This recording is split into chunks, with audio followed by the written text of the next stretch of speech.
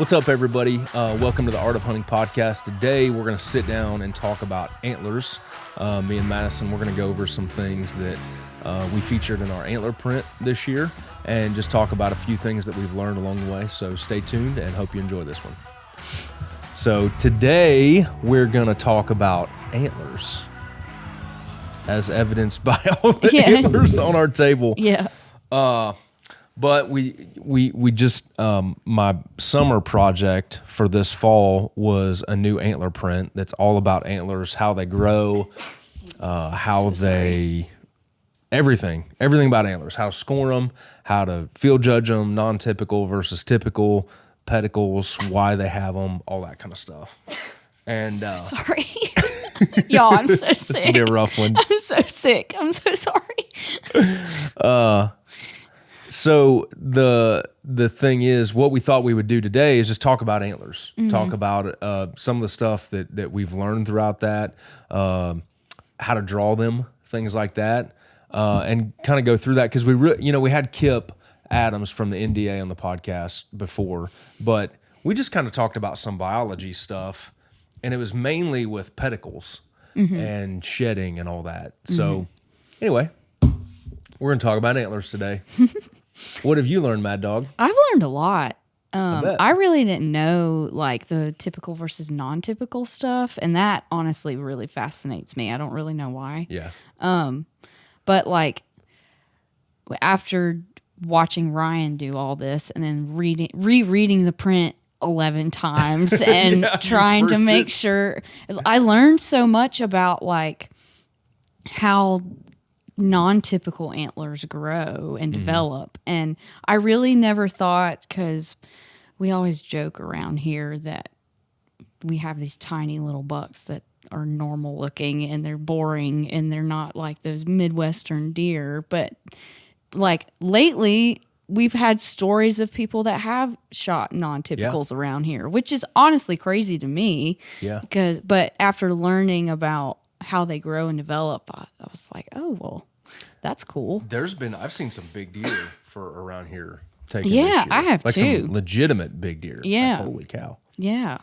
I took Rhett last night down here at the end Oh, I of was the going to property. ask you if you did. Yeah. And he typically he wants me to shoot stuff, Oh, like all the time. all the time.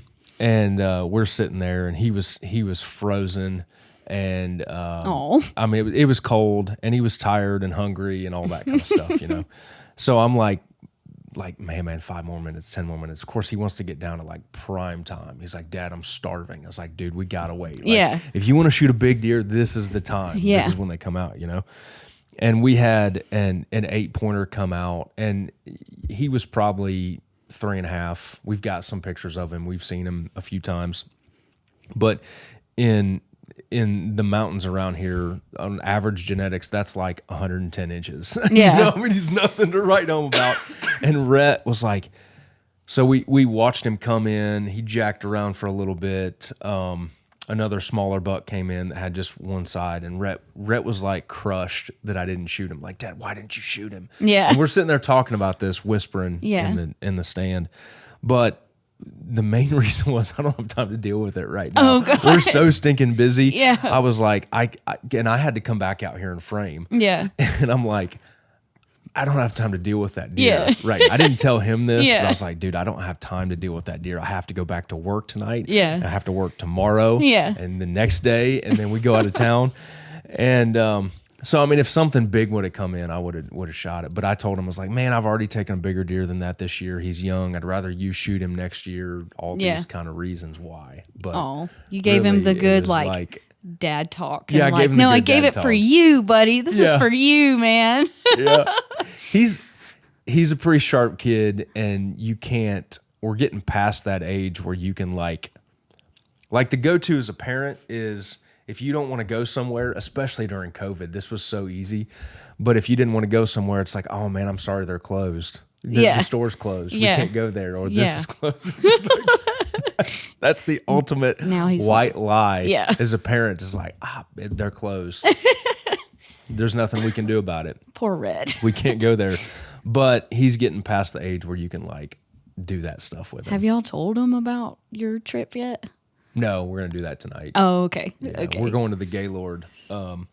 It's kind of a Christmas thing that we've done. We didn't go last year, but about every year we'll take them to the Gaylord. Oh, for a long really? weekend. I didn't know that. Yep. Yep. I thought this was just a one-time thing. No, when we were started to work with Tractor Supply, the licensing company, who we were trying to get in with them and kick off the relationship. And it was like December 1st, and they're like, hey, we've got a meeting with Tractor Supply. Is there any way you could come? And Brooklyn was 2 months old. Oh, wow. Yeah. And I had, been to the Gaylord through the Turkey Federation and knew of it. And, it was right before Christmas. And it was like, they're asking like, can you get here like next week? To meet with Tractor Supply. And Tractor Supply is headquartered in Nashville. That's why all this was going down. And I was like, yeah, let me see what I can do. So I started talking to Kim. I was like, well, what if we made this like a fun family trip and we just went to the Gaylord, for a weekend? The kids would love it. But the reason we chose the Gaylord, we looked at some other places, but it was December in Nashville, and we have a 2-month-old. Yeah. Because Brooklyn was born October 28th. Yeah. So I was like, hey, if we go to the Gaylord, it's nice, it's cool, but we will not have to bundle everyone up to walk down outside. And stuff. We don't we can literally stay in there the whole weekend. Yeah. And I didn't really know what it was like at Christmas. I figured it was cool, but they have the whole place lit up. The kids literally wake up in their jammies, and we don't change all day. They're just in, and a lot of families go there for Christmas, so all the kids are just in their Christmas jammies all day. Running around, yeah. Running around, and there's all kinds of fun stuff to do. And then they've built upon it, like there's an ice skating rink and a sledding, like an ice thing. You get on inner tubes and slide down through the ice and stuff. Yeah. The kids had a blast, and so we've kind of made it an annual tradition. Oh, cool. So we didn't go last year, too much going on, but we're going to go back this year. That'll be fun. They'll and they love have a it. water park now. Whoa. So we literally for 3 days, we don't leave the hotel, Yeah, and then it's giant. Yeah, there's a couple big atriums, and there's a bunch of restaurants, and they kind of do it up for the kids, which is cool. That'll be cool. So they'll love it. Yeah. Well, anyway, back to deer. Anyway, deer. it was like a business meeting that I turned into a family trip, and we had so much fun. We've gone back over and over. So we are going to break it to the kids tonight. They don't know that we're going. Yeah. So we're going to break it tonight that we're going. I've almost spilled the beans multiple times, me and too. but then I'll be like, I don't think they've told them yet, so I don't say anything. So it'll be a lot of fun. But anyway, back to deer. Back to deer. As an artist, as a hunter, I've always been obsessed with antlers, like we all are. You know? Even there's a big, you want to get heated on social media. You start talking about like letting deer grow and age, and you should have shot that. Let them go another year. But regardless of whether the deer score well or not, we've always been fascinated with antlers. Yeah. Like it's just, I think it's ingrained in us. Like everybody's wanted to shoot a big deer. You dream of shooting a big deer. That's just part of the hunting culture. And so this print is designed to celebrate that. But as an artist, painting and drawing antlers has just been a natural thing. Like we've talked about that before. Like some of my favorite sketches are does. Yeah. But nobody cares because they don't have antlers. So antlers have just been a huge part of my career as a byproduct of producing work that people like and I like. And so that's the whole point of this print and our podcast today. Why do you think we, as like country or so, like where did the obsession with the antlers start, you think? Like I don't know. Why would we, as hunters, why would that be the only thing we focus on? Like, I guess because of the look. I think it's even like you look at cave art. Yeah. And I did a ton of research on cave art, Indian artifacts, all that kind of stuff when I was doing my logo. Yeah. So I went to the ASU library and read stuff. And literally for 3 days, all I did was just read and research and kind of sketch and do all that kind of stuff before I came up with the concept of my logo. But what you see, even in that cave art, it's all giant antlers. Oh, really? It's all, everything has to do with antlers. Like you never see, they have some does or cows, and a lot of those art, it's just kind of like beastly figures. It's like a cow with moose antlers, or I don't know if they just weren't very good at drawing. Yeah. Or they didn't have, but it's really hard to recognize. It's not like, oh, that's a mule deer, that's an elk, that's a whitetail. It's all like cow looking figures with weird racks, So even since the dawn of time, I feel like we've been obsessed with antlers. I think that they're unique. They grow different on different males, and a doe is a doe is a doe is a doe. There's very rarely anything unique about them, but antlers vary by the age of the male, the genetics. There's a ton of variety, and I think it's just something we're drawn to. It's just they're different, they're unique, they're cool, and so we're drawn to them. Well, and aren't there some? What's the scientific name for deer? Ungulates. Ungulates. Yeah. Isn't there some that the females have antlers too? Yeah, there's a few. Like do caribou or something? I should have looked that up. I should know this. Yeah. Yeah, there's a few, and I know the Sika deer, I feel like. Oh. I've hunted those on the East Coast of Maryland. They do the hinds and the stag, and they all kind of have antlers. Like a lot of times you look for a ball sack. Yeah. A lot of times, Yeah. like you can't really tell an immature hind from a doe, because when I went up there, we were on a doe hunt, the hinds, and you had to be really careful because they all kind of look the same. Yeah. They're not very big. Yeah. So there's a few. There's not a lot though. Yeah, I Usually didn't it's think there was thing. a lot, but I think that's interesting too when the female has the antlers too. But one of the cool things, we're going to do a video later this afternoon on or today on shedding, why bucks shed. Mm-hmm. And one of the coolest things that I learned working with Kip and Matt from the NDA is the photo period. So the annual growth timeline of a deer.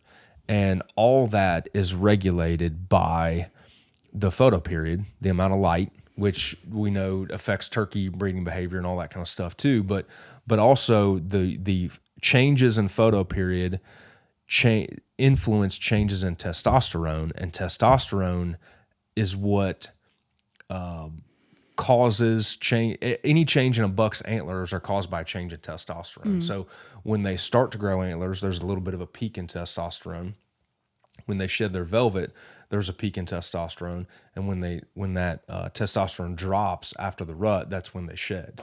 So any big changes in a deer's antler are caused by testosterone.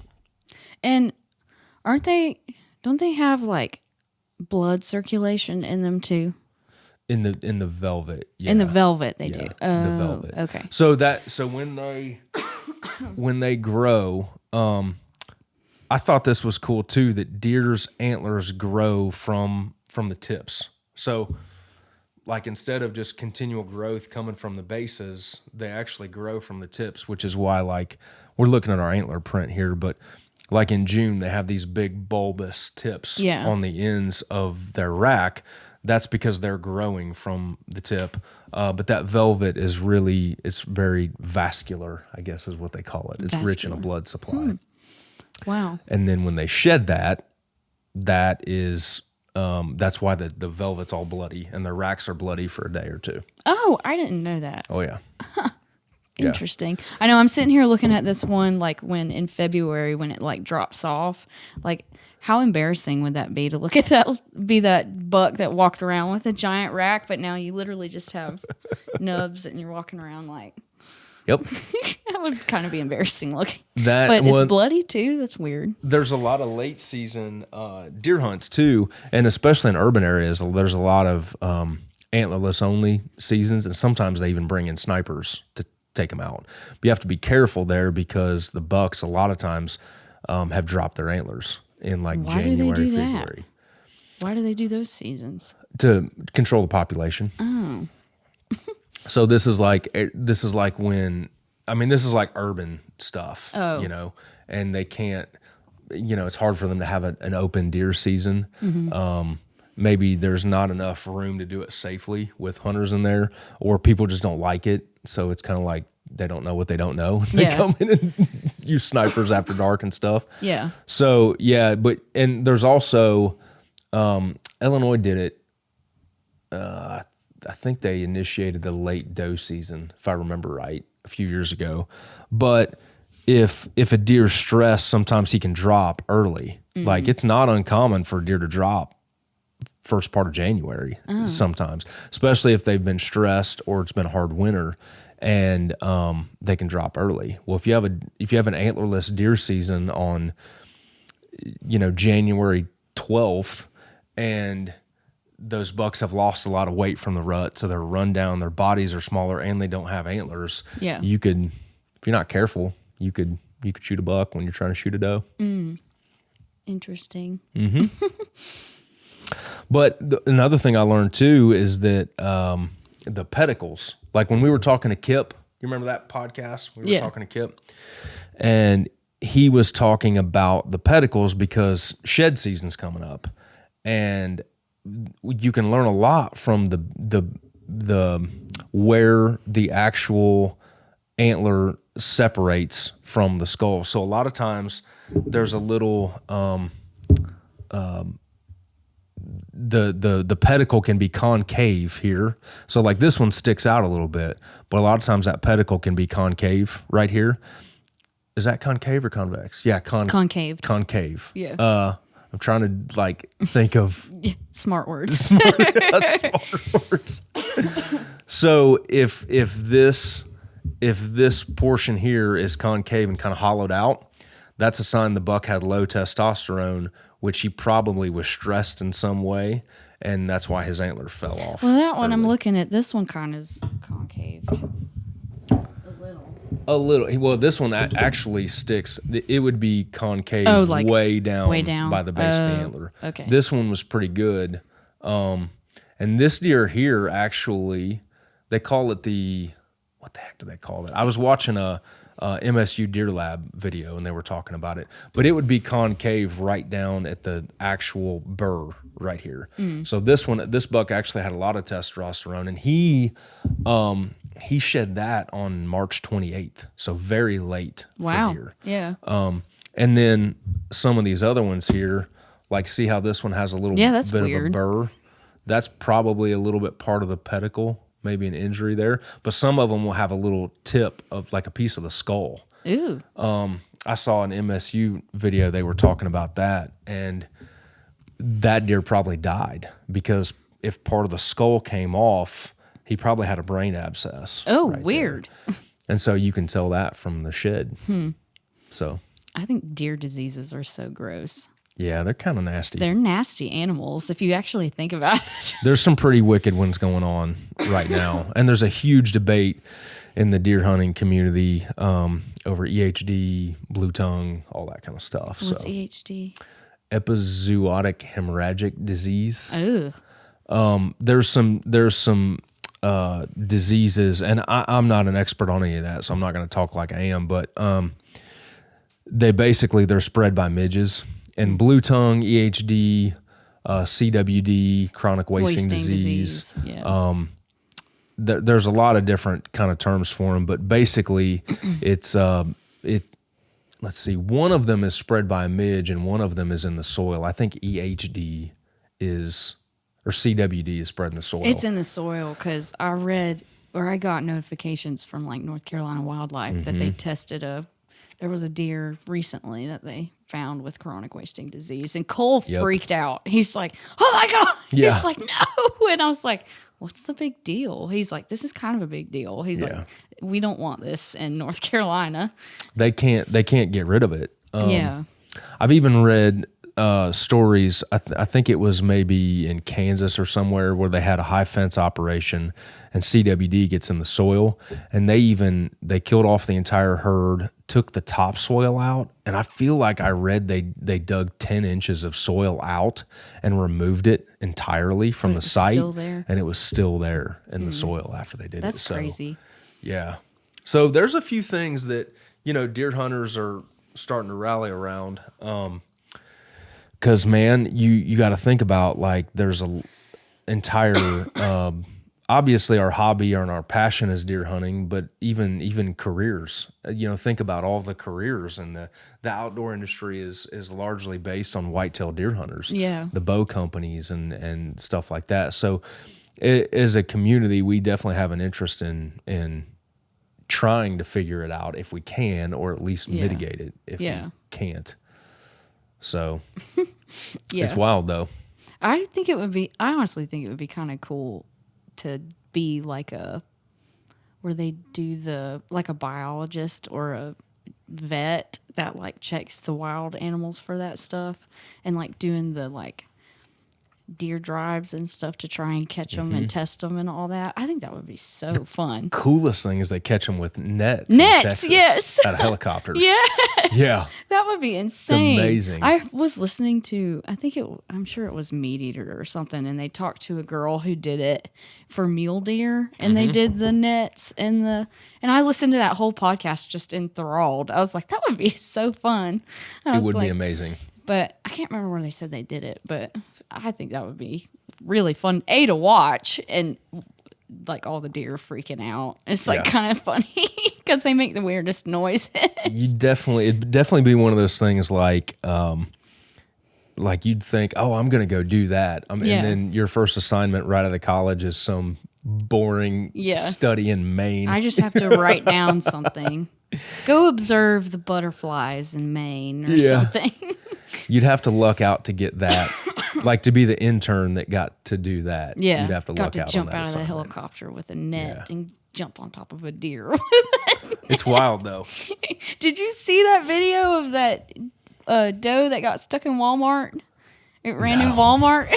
I think it was in Wisconsin or something. Yeah. And a Walmart employee jumped on it and like got on top of it and held it down until they opened the door for it to run out. And there's a video, I think it's a woman that jumped on it, and it's a doe, and she's like, bleh! She's like bleeding and like trying to make noises, and the staff members just holding for dear life on the doe. And then they let the door open and it runs out. See, our next step, Austin, on a podcast is be like, how Joe Rogan has Jamie to be like, Jamie, pull that video up. Yeah. When we get that TV up there, we're going to do that. We're going to have commentary. Yeah. Let's see the video of that deer getting tackled in Walmart. Yeah. Well, Tammy said something about it the other day, and then, we're talking about it, and then my smartphone pops it up. So you'll probably get it in a minute. Yeah. They're stalking us, man. Yeah. It was interesting though, because I was like, way to go, Walmart employee. I would have just been like, yeah, whatever, let it do its thing. I'm not getting on top of that thing. There's a lot of crazy videos of deer doing stuff, just landing in vehicles, jumping in and out of windows, all that kind of stuff. That's my biggest fear, is a deer. Me hitting a deer and it coming through the windshield. That is my biggest fear. It happened close to my hometown one year.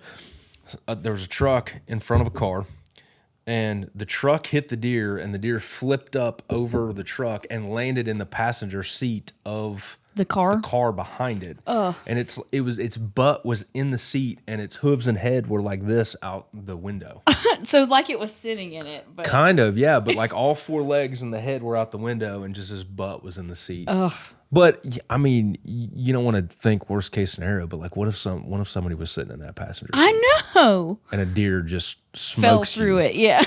That's the last thing you would ever think about. Biggest fear ever. Because I would freak out if a wild animal was in my car.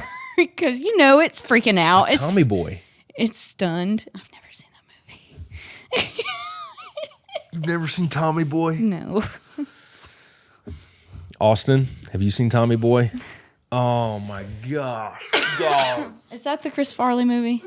Yes. Oh yeah, no. Never. Tommy Boy, Callahan Auto. No, never When the seen deer, they hit a deer, and they think he's dead, and they put him in the car, Yeah, and he wakes back up. No. and destroys the car. No. I would never. Oh my gosh. I would never. I would be. I'm not that old. Well, we can't have these moments yet, guys. What's the year on that movie? What's the year of that Tommy movie? Boy had to have been late 90s. That's when I was born. I was born in 96. No. You're with two millennials right now. That's what's wrong with our culture right now. No. You kids haven't seen Tommy Boy. No. Millennials are fine. You need to talk to the Gen Zers. Millennials are fine. We're doing our best out here, okay? I will fight over that.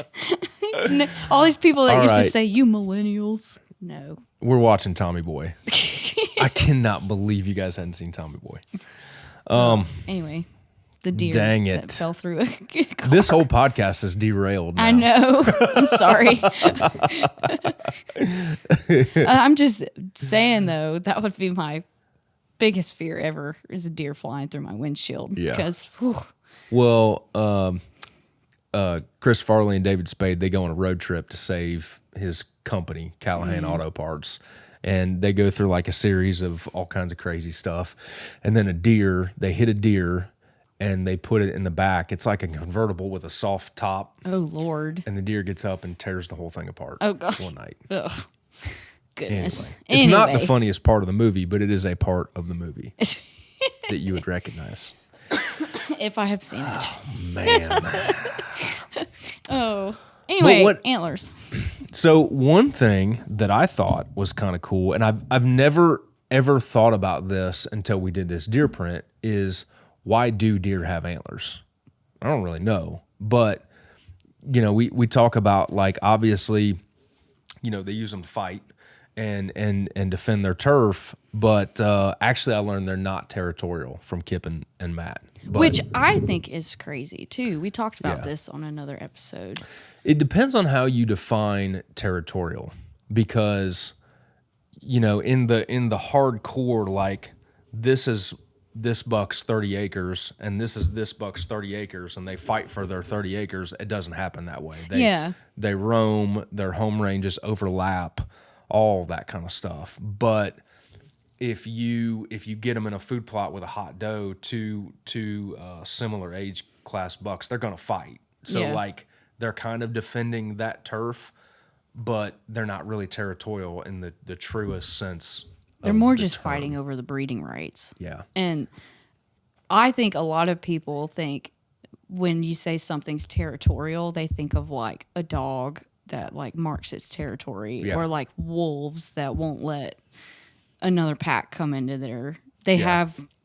have territories, but yeah, I remember you saying something like, no, like deer are more like the men that walk in the bar. Yeah. but They're bar hopping. they're bar hopping. They're it's- not really like, oh, you can't come in my bar. Yeah. They're more just like, oh, hey, what's up? It's not like this buck has this bar, this buck has this bar, this buck has this bar, and they don't go in each other's bar. They're all bar hopping. Yeah. And they happen to be in the same bar fighting over a girl. Yeah. So like that's a little bit more how it works. Yes. And I tried to explain that to my mom because, like, we had a lot of bucks last year Yeah. come in our neighborhood, but also they're building houses, so they're tearing down Yeah. all the vegetation and everything. So it's like all the deer are going to be gone by the end of the year. Oh, they'll adapt. Well, that's what They'll be Mom there. said. She's like, we're going to. Well, and then I told you about the two that came the last week or 2 weeks ago. But Yeah. those are the only two bucks we've really seen. Last Yeah. year we had a huge deer. I mean, he had giant antlers. We had a Yeah. huge buck. Is he really But- that big? Yes, he was humongous. Okay. Like, Can I hunt in your backyard? well, I hadn't seen him again. I think he's been shot. I hadn't seen him again. Maybe. But- there's a big deer or two shot over there. But Well- that deer there's like a 170s. He was humongous. That was the biggest buck I've ever seen here in my entire life. He was huge. He looked like a horse. Like, he was massive. Yeah. And my mom said that she woke up one morning and she could see how thick his antlers were. And he, like, reached over and could reach his, like, hindquarters and scratch. That's how big they were. But I was like, I just saw his body at night, and because I was letting my dogs out, and he was bedded down in the there's like a little lot next to our house, and they keep bulldozing it and whatever. But at the time, are they building a house there? What's the deal? Thank God. That's they a just long story. What are they doing to bulldoze it? Well, keeping it level? Yeah, I guess they're keeping it level. Well, they were selling it, and they sold it to a Floridian that wanted to build there. But then they did the perk test, and basically they told the guy, you couldn't build anything bigger than a 2-bed, 1-bath house there. Yeah. Because it would be right on top of our house. Yeah. And luckily the guy was like, well, I bought it, but we're not going to do anything with it yet. But he's also now the president of our HOA. Yay. Ironic. But anyway, the buck was bedded down in that. It had overgrown. Bush hogged. That's the word I was thinking bush of. Hog. Okay. Yeah. That's different than bulldoze. Yeah. I was like, what is going on here? No, they bush hogged it. Bush hogged it. He was bedded down, and I let my dogs out, and he was bedded down, and he saw him, and I always take a flashlight out, and he saw us come out. Well, I saw him stand, and he was the biggest bodied deer I've ever seen in my entire life. He was like a megalodon. Like, he was huge. The Meg. But I never saw his antlers, but Mom said he was like, his antlers were super thick like that and huge. But I hadn't seen him this year. And so I kept trying to explain to her that their home ranges are What'd she say? very. She's like, really? They need Jesus. They shouldn't be in the bars. No, she's like, really? And I said, yeah. She said, well, and this is also after we were having our discussion about everybody shooting these tiny deer and just shooting whatever moves. And she's like, well, we're not going to shoot any here, and all these deer are going to figure out that this is where it's safe, and we're not going to shoot them, and it's going to be safe, and we're going to have like a deer sanctuary. And I was like, okay. And then Dad said, yeah, okay. Dad's like, just wait till I get on my back porch and I see all these deer in my yard. Yeah. Just wait. Yeah. But yeah, in March we had there was like 5, it was like a bachelor group of. And they had their antlers? Well, they had velvet. They looked like. They could have shed early. Yeah. It was like March or April. They had they were in velvet or something. It was kind of weird. Yeah, usually we work with Whitetail Properties on Shed Rally quite a bit, giving away some prizes and stuff. And Shed Rally is usually, I think it's the first or second weekend in March, because most of the deer will have shed by then. Yeah. I think it's second weekend in March. So yeah, it was like, I mean, they were small bucks. They weren't big, but there was probably 4 or 5, and they all walked up in our yard, and they all had their velvet. Yeah. Maybe I'm wrong. Maybe it wasn't spring. It was probably the summer, but I don't know. I can't remember. I'm trying to look. It was definitely July. I'm looking at your chart. It was definitely July. Okay, well, March and July are different. Yeah, it was definitely July. Definitely different. Definitely July. That's exactly what it looked like. They had velvet, but July. They started having their tines. It's the tines, right? Yeah. It's starting to grow out. Yeah. But there was like 4 or 5 of them that walked up. Yeah. And they'll be bachelored up. Hey, everybody, thank you so much for all of your holiday orders. We have a lot of happy hunters that are getting art this year for Christmas, so we appreciate your support. We appreciate all that. And just a reminder, it's getting kind of tight to Christmas now, so if you want to get an order in and get it there by Christmas, order today at ryankirby.com. We will do our absolute best. But as we get closer to Christmas, it gets harder and harder to get orders there on time. So order today at ryankirby.com. Thank you guys so much, and have a Merry Christmas. Why do they do that?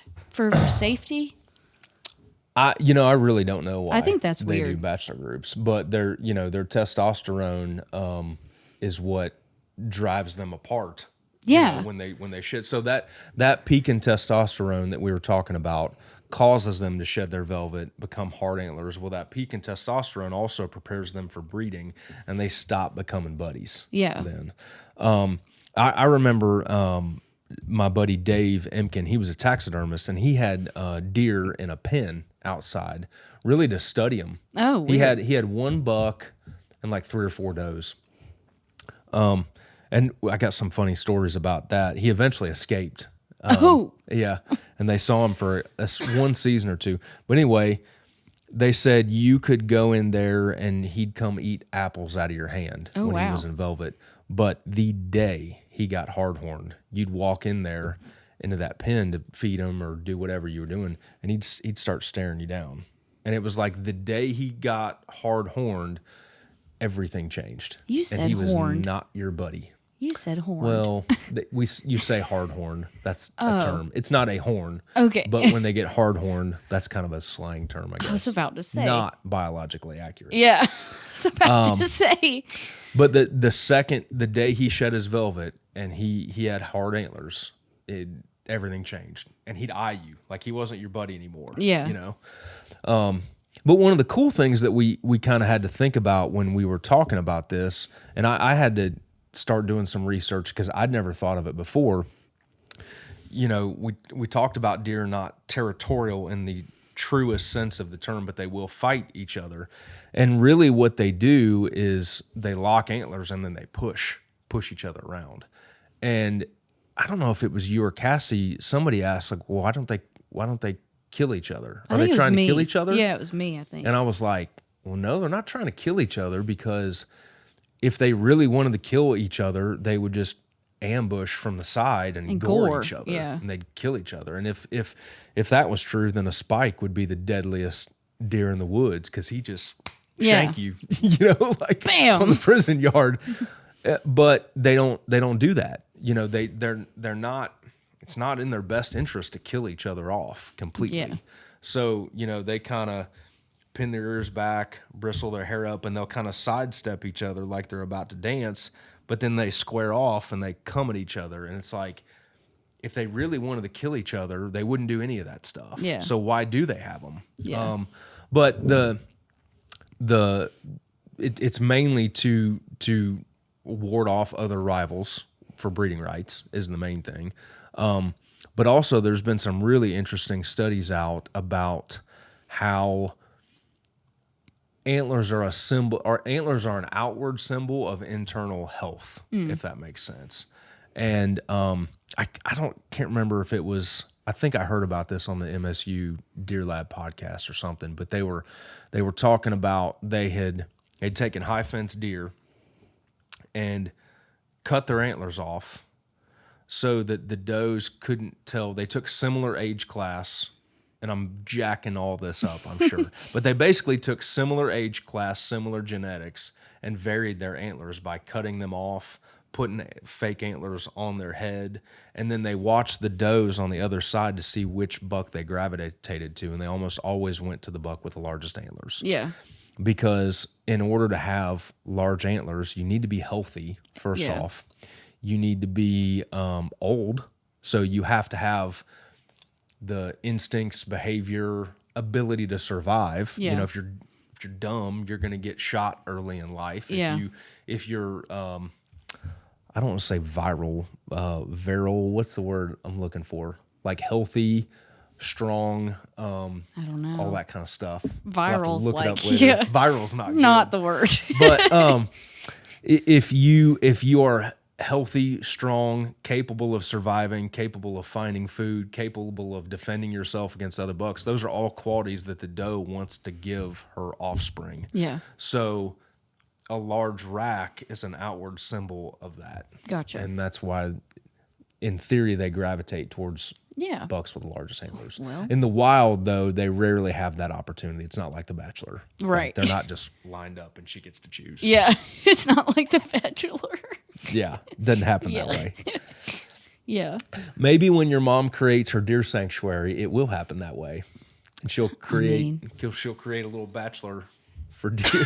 Yeah, we'll have a rose ceremony for. I guess it's the bachelorette that would have all Oh, the yes. dudes. Yeah, that's the Yeah, Bachelorette. the Bachelorette would have all the dudes Yes. lined up she can choose from. Yes. Oh, gosh. But it's cool because, you can go as far down the rabbit trail as you want with this stuff. And those, I'm obviously just the artist. I've learned and gained enough, and like when we do these prints, I typically have an idea of what I want to talk about, and I'll write all the copy and do all my own research. But then before we ever go to press, we run it through biologists, mainly Kip and Matt, at the NDA, and say, hey, is this legit? Is this accurate? Is this an old wives' tale, or are there actual studies to back this stuff up? Yeah.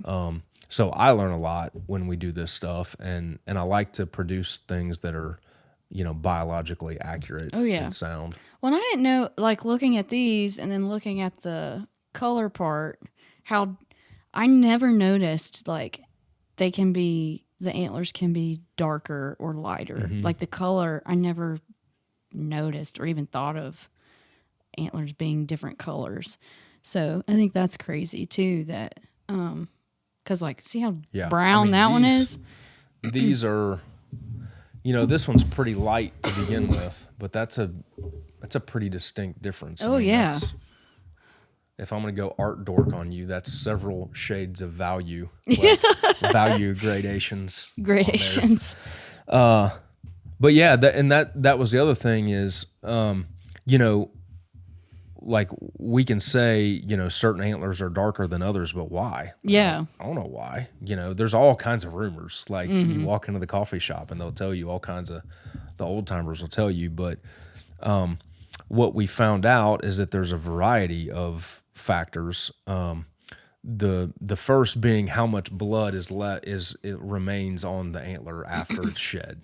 That's more of a genetic thing, but more blood left on the antler, the darker it's going to be stained. So like if a buck sheds his velvet very quickly and it's clean, it's going to be lighter. If there's more blood or it's a little bit messier shed, it's going to be darker. But then also the rubbing behavior affects it a lot.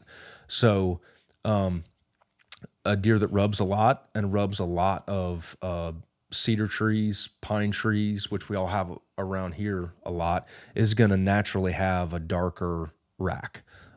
Just the nature of the trees, and the more they rub, the darker it's going to be, which is why a lot of your older deer have darker racks, is they just rub a lot, their rubbing behavior. Is rubbing a territorial thing, kind of? Quotation marks? They rub for a lot of reasons. Marking territory is a big one. A lot of it is just, that's part of what they do during the rut. It's kind of a calling card. So they're leaving scent behind too. Oh, so in that. It's the same characteristic as a scrape. Like it's just a, hey, I'm around kind of thing. Yep. And they'll come up and sniff it, lick it, chew on it. Sometimes you have like signpost rubs where a lot of deer will come to the same rub, and then sometimes a buck will just randomly rub whatever. Yeah. A lot of times too, if they're about to fight, they'll do that as a sign of dominance. Like if they're getting bristled up and ready to fight, they may start rubbing a tree. Like I've rattled a deer before, and they'll look up, and then they'll find a tree and they'll start rubbing. It's kind of like they're flexing. Interesting. To intimidate the other deer. Yeah. They don't really, they want to avoid a fight.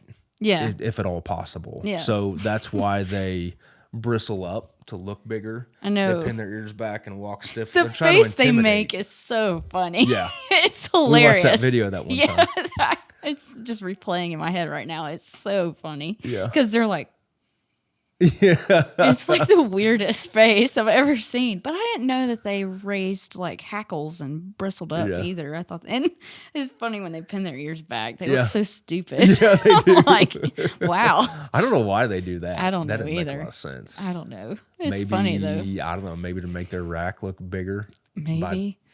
Hiding their ears. I don't know. I have no idea. It's a question for Kip. I know. But the bristle thing makes me think of like dogs. Like my dog, she puffs up. She looks like a freaking lion when she gets mad. Like it's all down her back and in her shoulders and everything. So when I watched the deer video, I was like, oh, I didn't know they do that too. Interesting. So they do all kinds of stuff to like try to avoid a fight, just to bluff the other deer. But rubbing is one of them. But it's not, and again, like if we're talking about territories, it's not like a buck walks up to a rub line and just stops, like he's at the fence line of another it's like, deer oh, that can't doesn't cross wanna this can't line. No, it's not like that. But, No.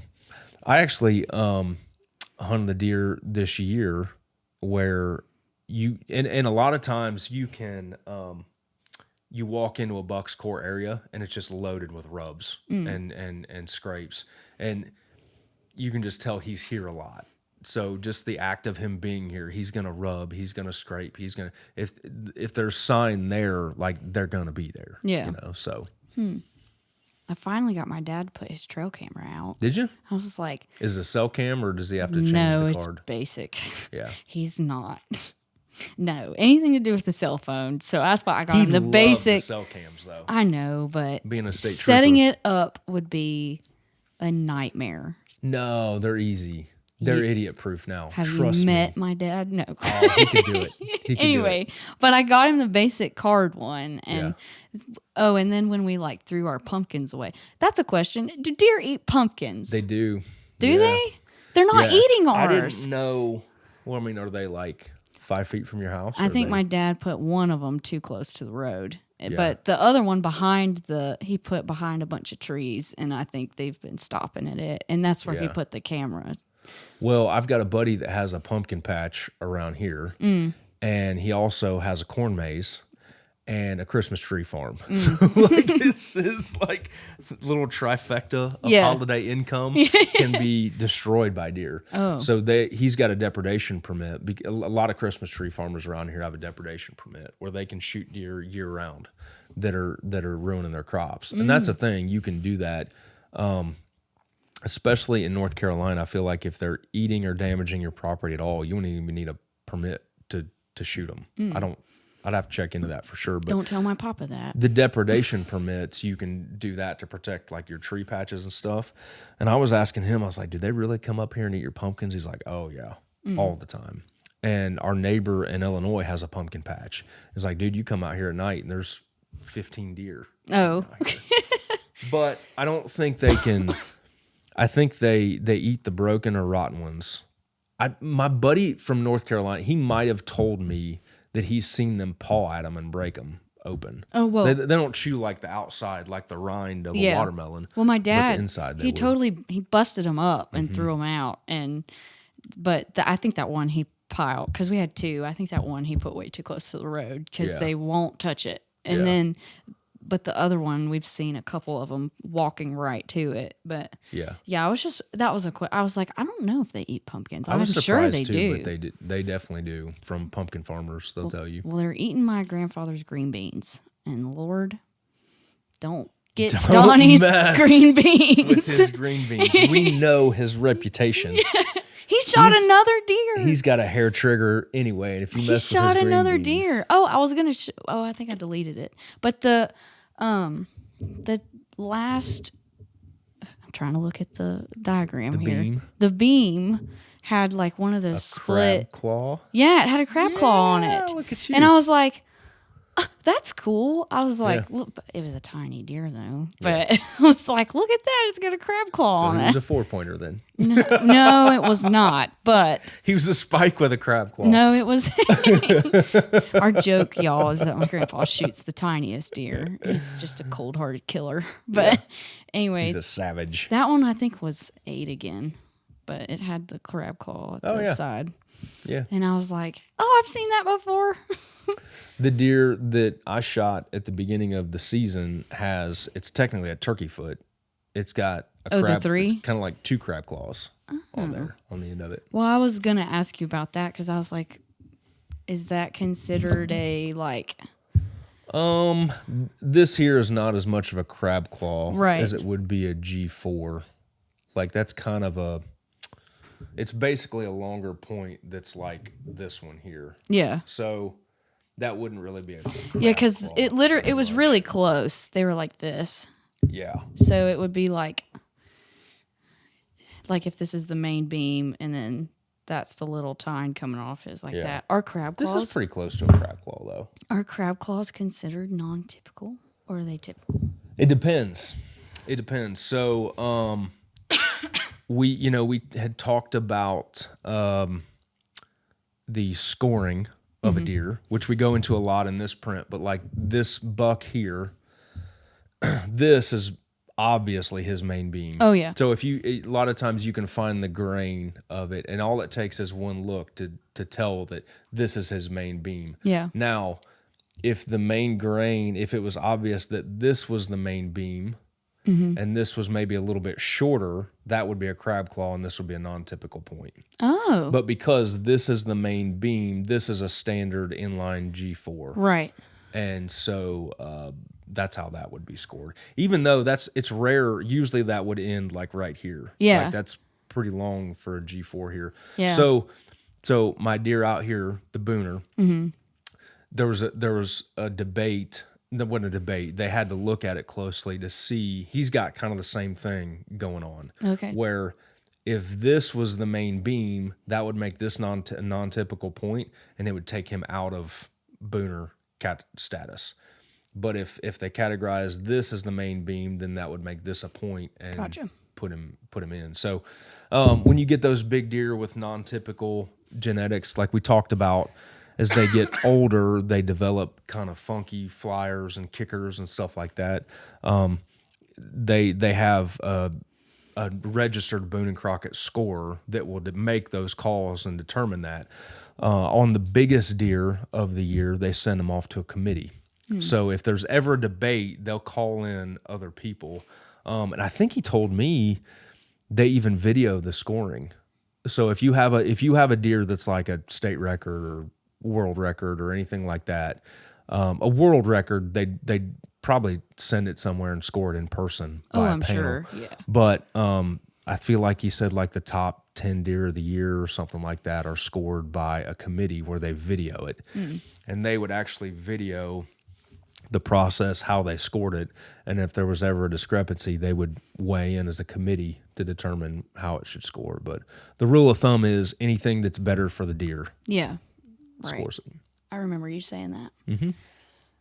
So, what else? I think that's all. I mean, This one's going live next week, so it will be the last-ish day to order for Christmas. Yeah. I think, what is that, the 19th? Yeah. Yeah. If you're doing UPS ground, like, and you're not going to pay extra for shipping, you really need to order by the 17th, which is a Sunday. The bottom line is just don't wait. Because, just don't wait. UPS has made it pretty evident that they're taking the 24th and the 25th off, and they're trying to get everybody's Christmas packages to their shipping address by the 22nd. So they're just trying to be early, I think. Yeah. So we recommend ordering by the 17th. Yep. So if you're doing UPS ground now, Yep. if you're going to do like 2-day air or second day or something, the 20th is the absolute last day. Yep. So We do our best, though, to make sure we get them there on time. And we really appreciate the people that are waiting on their framed prints right now. I know y'all have been super patient, and we just had a giant influx of framed orders, which is awesome. Yeah. And we really didn't expect it though, but it's awesome, and we really appreciate you guys for being patient with us. And we're hustling. Yeah, I didn't shoot a deer last night, so I could go frame. Yes, he did. He did. And guess what he's getting ready to do after this? Go frame Some more. But no, we're down to 18 which is awesome. that have to be framed, including the ones I've already framed to get out the door. So Yes. We'll get them out. Thanks, guys, for Appreciate it. being there and being patient. Yep. And Merry Christmas. Merry Christmas. Happy holidays.